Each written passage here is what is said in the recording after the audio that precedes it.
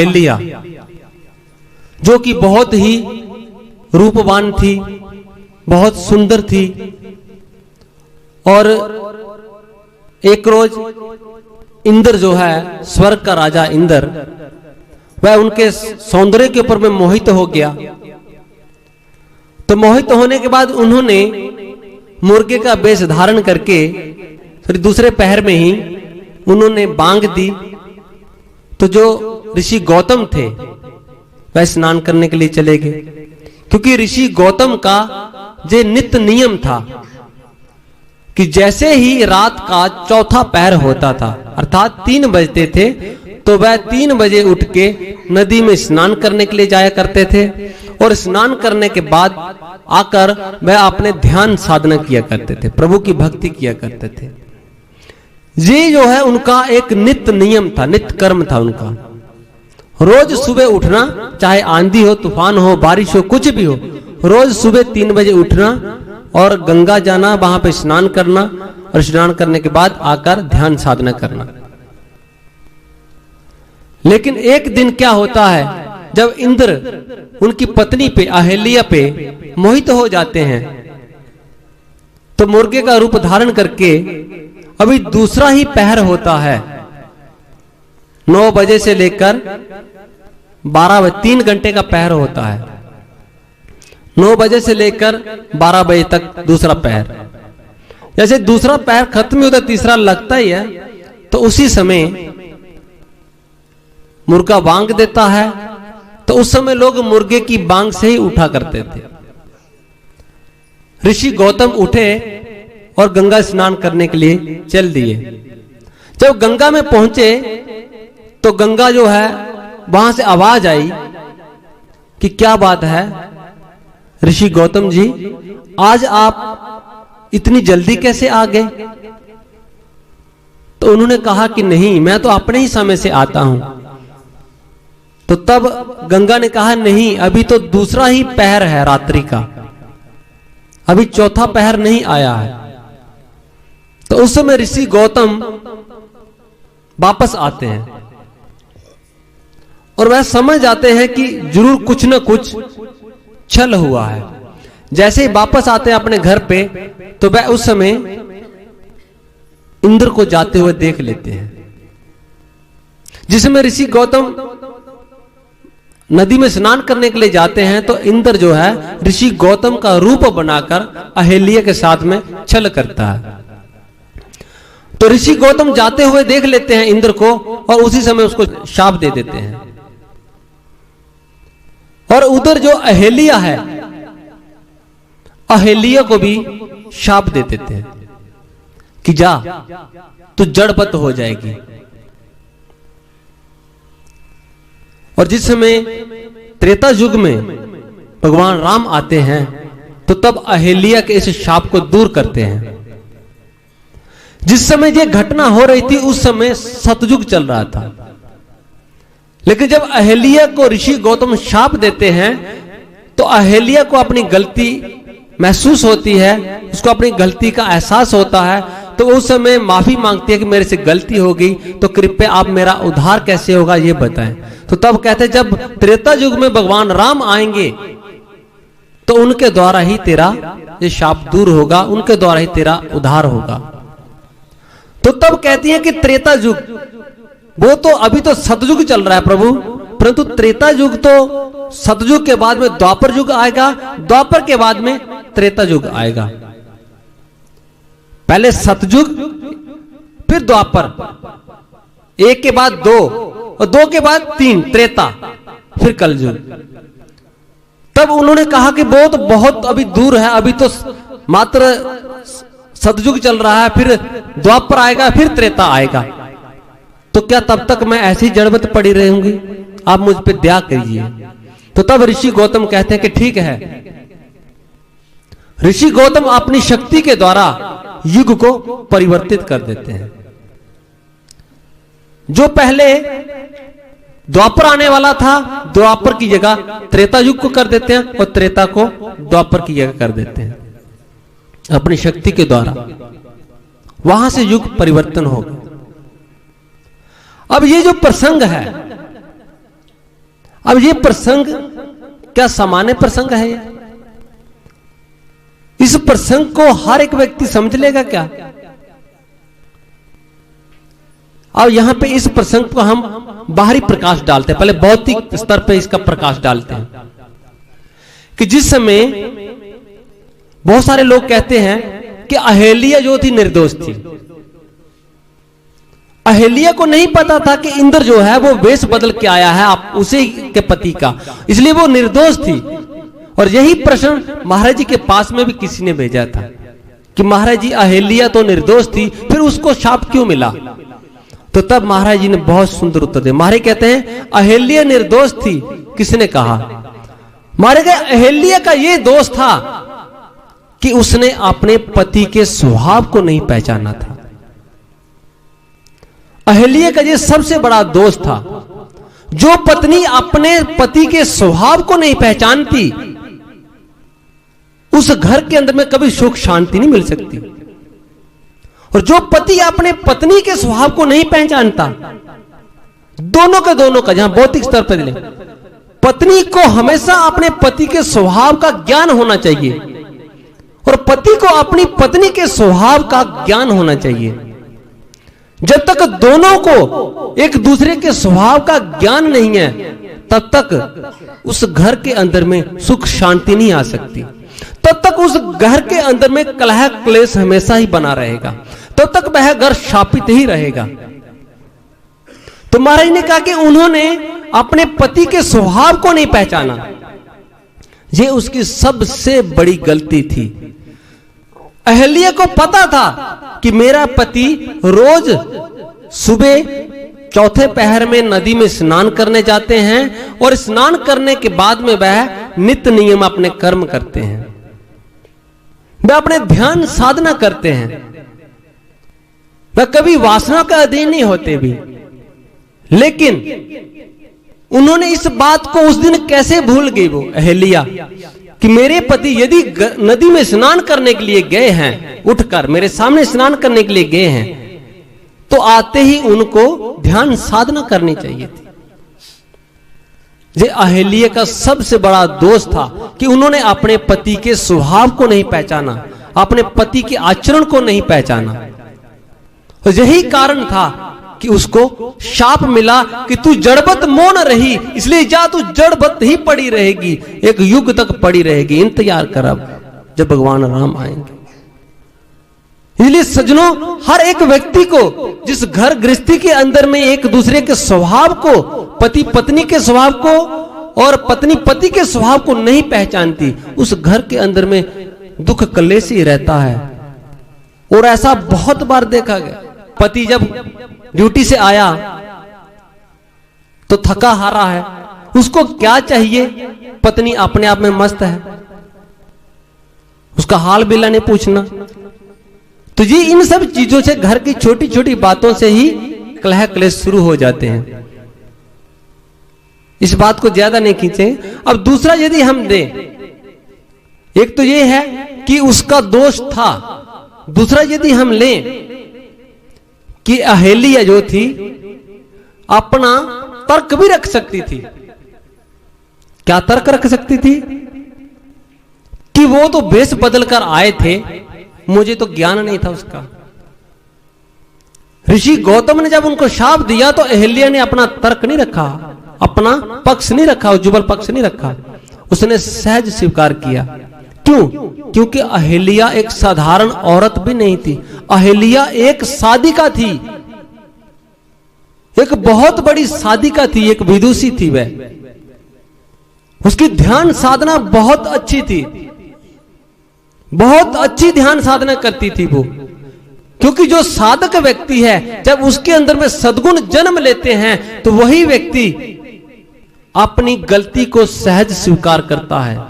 एक सात्विक व्यक्ति ही अपनी गलती को सहज स्वीकार करता है। एक तामसिक व्यक्ति को आप गलती दिखाओगे तो वो अपनी गलती को स्वीकार नहीं करता। एक कहावत है कि कुरूप को आईना दिखाया और उसने आईना ही तोड़ डाला। ऐसे ही जो राक्षसी स्वभाव का व्यक्ति है, वो राक्षसी स्वभाव का व्यक्ति, उसको यदि तुम गलती दिखाओगे तो वो कभी भी अपनी गलती को स्वीकार नहीं करेगा। एक सात्विक स्वभाव का व्यक्ति ही अपनी गलती को स्वीकार करता है कि हाँ, मुझसे मेरी गलती हुई है। तामसिक स्वभाव वाले व्यक्ति को आपने गलती दिखा भी दी तो वह चुप रहेगा, कुछ समय के लिए चुप रहेगा, लेकिन फिर वो खोज में लग जाएगा कि कब तुम गलती करते हो। और जैसे ही आपसे कोई गलती होगी उसी समय वो आप पे हावी हो जाएगा, अपना प्रतिशोध लेगा वो कि तूने मुझे कहा था, अब देख तू देख। ये सारे के सारे किसके लक्षण होते हैं? जो राक्षसी स्वभाव वाले हैं, जो तामसिक गुण वाले हैं। लेकिन जो सात्विक स्वभाव वाला है वो कभी भी ऐसा नहीं देखता। अगर उसकी किसी ने गलती बताई तो वो सहज स्वीकार करता है। इसलिए अहेलिया एक बहुत बड़ी साधिका थी। यही कारण है कि भगवान राम ने उनकी पुकार सुनी। और दूसरी तरफ देखें अहेलिया का धैर्य। महाराज ने कहा जितना अहेलिया का धैर्य था, क्योंकि जब जब गुरु इस धरा पर आता है तो अपने शिष्यों की 3 प्रकार से परीक्षा लेता है। ये डीएसएम के प्रोग्राम में महाराज जी ने कहा था। कौन से 3? एक तो उसके धैर्य की, एक संतुलन की, एक विश्वास की। धैर्य, संतुलन, विश्वास। तो महाराज ने कहा धैर्य किस प्रकार का होना चाहिए?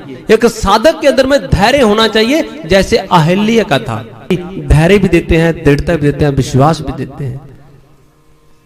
तीनों के तीनों उनको गुण अपने आप ही दे देते हैं। इसलिए ऐसा धैर्य हमें भी आज ऐसे धैर्य की जरूरत है जैसे कि अहिल्या का धैर्य था। और तीसरा इसमें देखें तो तीसरा इसमें आध्यात्मिकता छुपी हुई है।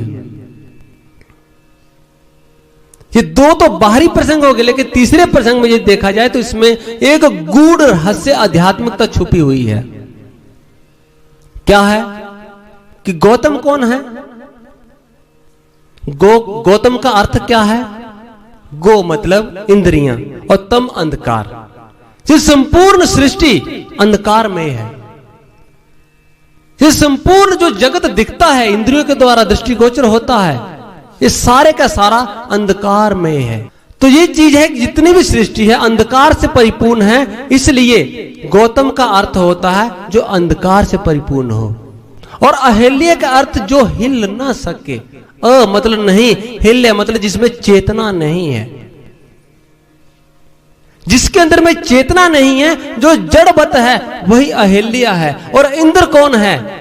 इंद्र है देवताओं का राजा, अर्थात इंद्रियों का राजा मन। मन इंद्रियों का राजा है और यही इंद्र है। और अहिल्या जो हिल नहीं सकती वो हमारी आत्मा है, जीवात्मा। और ये जो गौतम है ये क्या है? ये संपूर्ण प्रकृति है। ये आत्मा इस प्रकृति की सीमा में आने से पहले चेतन थी। उस समय अहिल्या नहीं थी। ये इस संपूर्ण ब्रह्मांड के अंदर में जो भी तुम जड़ और चेतन देखते हो, ये सारे का सारा ईश्वर के द्वारा रचित है। इसलिए कहा कि अखंड मंडलाकारम व्याप्तम येन चराचरम, कि पूरे का पूरा ब्रह्मांड जो भी तुम जड़ और चेतन दोनों में देखते हो, वास्तविकता में ईश्वर की ही अभिव्यक्ति है। ईश्वर की सत्ता के अलावा दूसरी कोई सत्ता है ही नहीं। फर्क सिर्फ इतना है कि जिस वस्तु के अंदर में चेतना की मात्रा कम है वह जड़ है, और जिस वस्तु के अंदर में चेतना की मात्रा अधिक है वह क्रियाशील है। एक पत्थर के अंदर में भी चेतना होती है, आपको ज्ञान होना चाहिए। पत्थर भी बढ़ता है धीरे धीरे, लेकिन उसके अंदर में चेतना होते हुए भी वो अचेत है। क्यों? क्योंकि उसके अंदर में चेतना बहुत ही अल्प मात्रा में है। आप जो भी ये दीवारें, ये वस्तुएं सब देख रहे हो, सब के सब ईश्वर की ही अभिव्यक्ति है, लेकिन इनके अंदर में चेतना बहुत ही सुप्त अवस्था में पड़ी रहती है। इसलिए हमें ये जड़वत देखते हैं। एक मनुष्य ही एक ऐसा प्राणी है जिसके अंदर में समस्त देवी देवता, समस्त योनियों के प्रति सबसे ज्यादा चेतना मनुष्य में जागृत है। इसलिए वह कर्म करने के लिए भी स्वतंत्र है। परंतु मनुष्य उसी ईश्वर की अभिव्यक्ति है, ये जीवात्मा उसी ईश्वर का अंश है। और एक मनुष्य योनि में आकर ही ये पूर्ण चैतन्य हो सकता है। एक मनुष्य योनि ही एक ऐसी योनि है जिसमें आकर ये अंश जो है ये स्वयं ईश्वर हो सकता है। ईश्वर अंश जीव अविनाशी, कि ये अंश भले ही ये ईश्वर का अंश है, लेकिन हमारे अंदर में वैसी शक्तियां क्यों नहीं है? हम सर्वव्यापक क्यों नहीं है? हम सर्वशक्तिमान क्यों नहीं है? हम सर्वंतर्यामी क्यों नहीं है? क्योंकि हमारे अंदर में जो चेतना है वह सुप्त अवस्था में पड़ी है, जड़वत है। लेकिन मनुष्य अपनी इस अल्प चेतना को पूर्ण चेतना में परिवर्तित कर सकता है। इसलिए अहिल्या जो है वो जीव आत्मा है। जिस समय जीव आत्मा इस प्रकृति की सीमा से बाहर होती है उस समय संपूर्ण चैतन्य होती है, उस समय ईश्वरमय ही होती है। लेकिन जैसे ही ये जीवात्मा इस प्रकृति की सीमा में प्रवेश करती है तो ये प्रकृति का अंधकार में जो इंद्रियों का जगत है ये उसको आवृत कर देता है। और जैसे आवृत कर देता है वैसे ही ये जीव आत्मा चेतन से जड़ हो जाती है। इसके ऊपर शरीर का आवरण चढ़ जाता है और ये चेतन से जड़ हो जाती है, एक सीमा में बंध के रह जाती है। और ये जीव आत्मा ही अहिल्या है। इसको जड़ चेतन से जड़ करने के पीछे किसका काम है? मन का काम।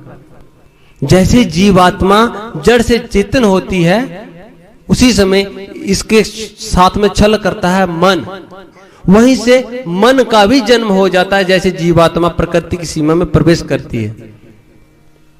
अब जब तक अहिल्या के जीवन के अंदर में भगवान राम नहीं आए थे तब तक उन्होंने अपनी पूर्ण चैतन्यता को प्राप्त नहीं किया। इसी प्रकार से जब तक जीवात्मा हम लोगों के जीवन में एक पूर्ण सद्गुरु नहीं आते तब तक हम भी अपनी पूर्ण चैतन्यता को प्राप्त नहीं कर सकते।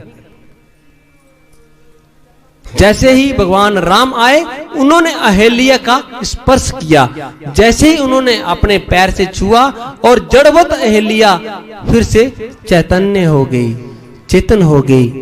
इसी प्रकार से गुरु जब हमारे जीवन में आता है तो हमारे मस्तिष्क पे हाथ रखता है और हाथ रखते ही जो हमारी जीवात्मा जड़वत पड़ी है वह फिर से चेतन हो जाती है।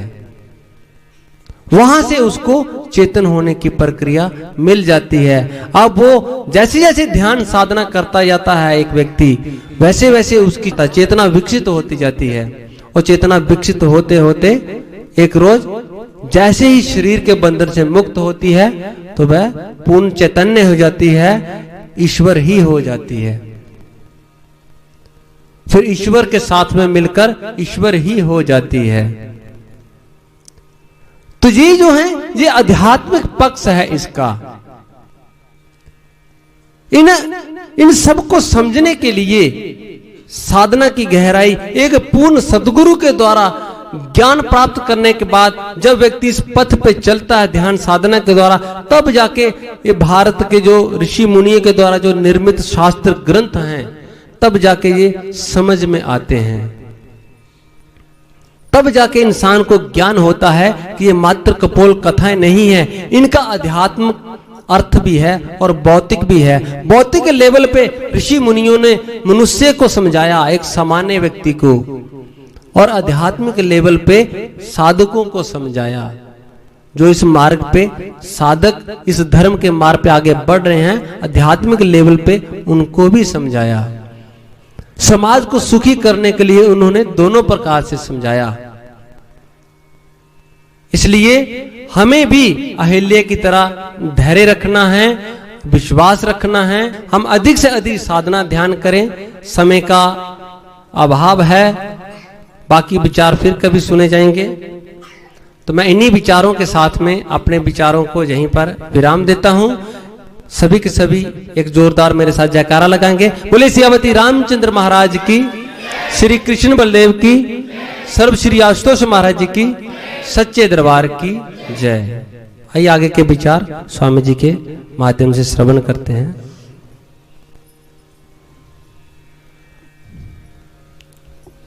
हेलो हेलो, बोलिए सदगुरु महाराज की, सच्चे दरबार की जय श्री राम, जय जय श्री राम। बड़े ही सुंदर विचार